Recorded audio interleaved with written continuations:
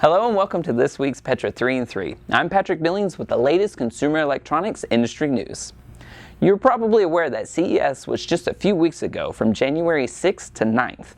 This year's show was a big one that brought every major industry in the world to one event. According to CESweb.org, big and small companies were brought together to collaborate on technology innovation.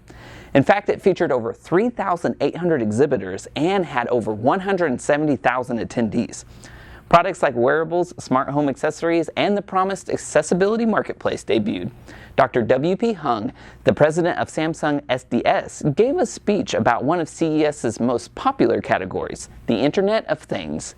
According to Twice.com, Hung discussed several IoT products from Samsung, such as Samsung Pay and Samsung Bioprocessor, which tracks health and fitness data. He also discussed the key to the Internet of Things success, which translates across almost all industries: interoperability and compatibility across platforms. One such company keeping up with industry advancement is Apple. Along with the trends of wireless listening and the ever-increasing popularity of Bluetooth connectivity, Apple may get rid of the standard 3.5mm headphone jack for the next iPhone release. TechCrunch.com reports that though these are just unconfirmed rumors, dropping the jack would be keeping with the Apple business model of pushing forward hardware standards even though consumers might be resistant at first. Plus, the lack of a headphone jack would allow the iPhone 7 to be even slimmer. Keep tuning in to see if Apple will really take this pioneering step.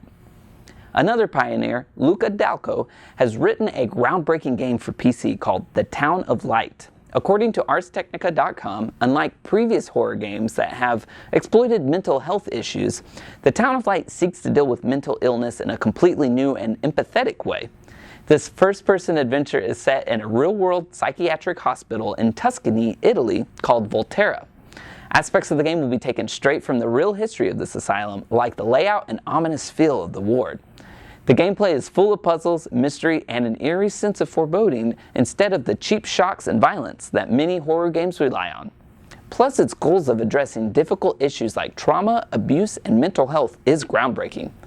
Find it on Steam for Windows on February 26th. Well, that's all for this week. Thanks for checking in, and don't forget to tune in next week for the latest consumer electronics industry news.